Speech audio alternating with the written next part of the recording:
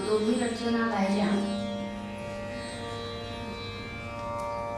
खरं तर तुम बिना कौन खबरिया लेत, दूध पुतावर आनंदन लक्ष्मी विद्या दे करतात.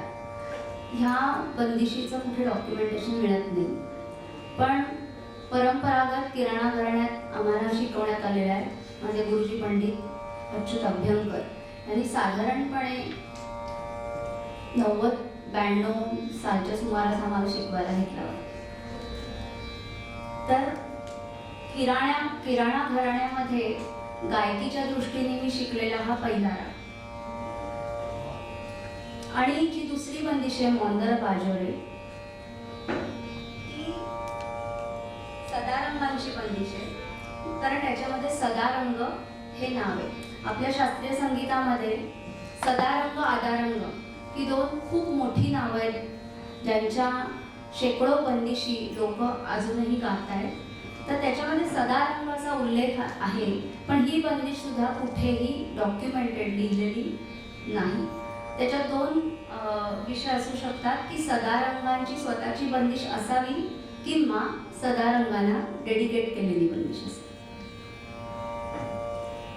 आता आतापर्यंत जो काही मी शुद्ध कल्याण मांडला तो एक काय म्हणू, राग कसा आहे या दृष्टीने एक मांडणी केली. आता थोडंसं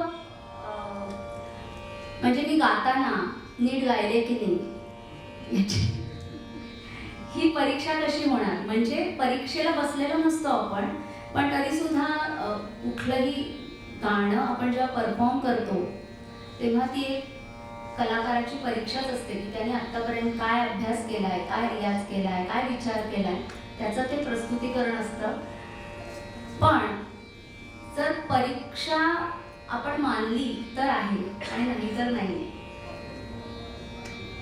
तर शुद्ध कल्याणच्या बाबतीत म्हणजे आता एक आवाज छान आहे, तान छान वाटले म्हणून टाळ्या आल्या, तर त्या शुद्ध कल्याणच्या अभ्यासाला काही अर्थच नाहीये. शुद्ध कल्याण किंवा कुठलाही राग, जर श्रोत्यांनी तो राग कसा आहे आणि त्या रागाच्या स्वरूपात तो गायक गातोय का नाही याचा कुठेतरी विचार करून ऐकलं तर बाबा हे किती रागाचं सुंदर स्वरूप दाखवलेलं आहे हा आनंद श्रोत्यांना मिळू शकतो. नाहीतर फक्त आवाजाचा आणि तयारीचा आनंद श्रोते घेऊ शकतात, पण त्याच्याकरता इतर अनेक फॉर्म आहेत आपल्याकडे, जॉनर आहेत. मग इतके सुंदर आवाज असलेला आपण भावसंगीत ऐकू शकतो, सगळं ऐकू शकतो. शास्त्रीय संगीतामध्ये नो डाऊट गायक म्हटलं की त्याला आवाज हवा, पण त्याच्याच बरोबर त्याला त्या रागाच्या स्वरूपाची एक जाण असणं गरजेचं असतं. जसा गायक वर्षानुवर्ष संस्कारित होत असतो, शिकत असतो, तसा श्रोता पण संस्कारित असेल तर गायकाचं म्हणणं त्याला कळणार आहे. आता आपल्याला सगळ्या माध्यमातून, डिजिटल माध्यमातून किंवा पुस्तकांमधून किंवा आपण म्हणू की आता अनेक गोष्टी सहज अवेलेबल आहेत.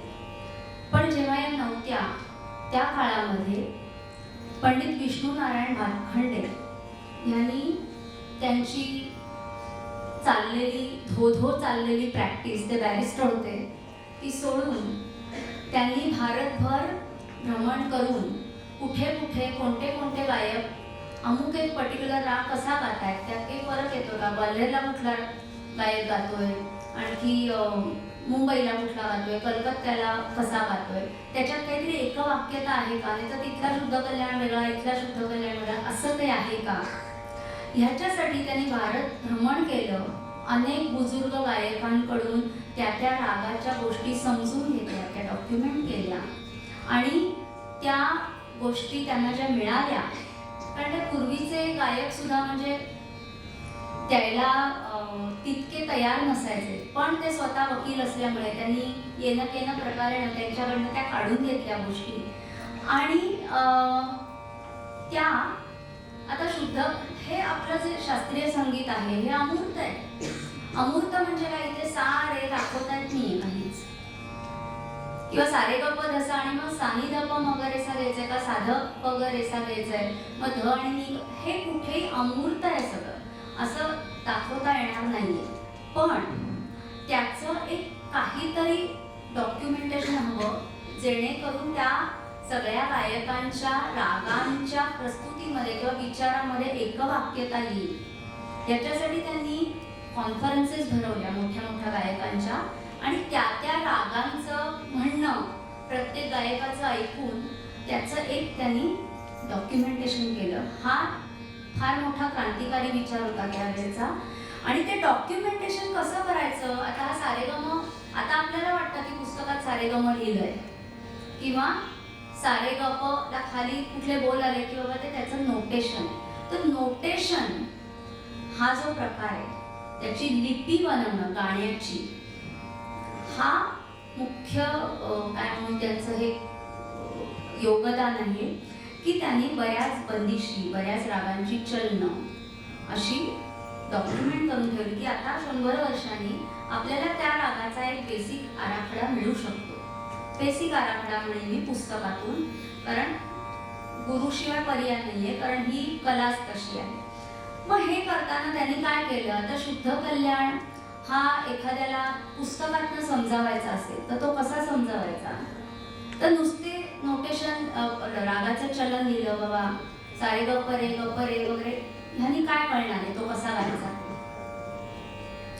मग त्या आणि त्याची लक्षणं, किंवा आपण म्हणतो ना एखादा माणूस कसा आहे तर त्याचे 10 वाक्यात वर्णन असेल तर ते सगळं वर्णन लक्षात राहणार नाही, 2-3 हायलाइटेड गोष्टी त्यातल्या लक्षात राहतील.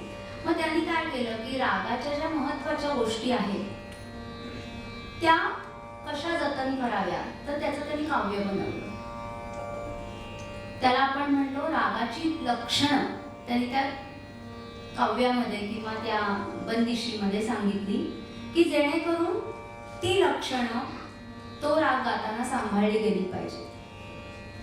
अत्यंत ऐकायला खूप सोपं आहे पण करायला खूप कठीण आहे, आणि तो विचार त्यांच्या मनात आला ही खूप मोठी गोष्ट होती तेव्हा.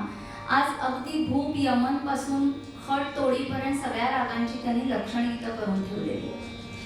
कारण कुठली गोष्ट कवितेत आपल्याला जर शिकवली किंवा काहीतरी त्याला काव्य असेल तर ते पटकन पाठ होतं आणि लक्षात राहतं.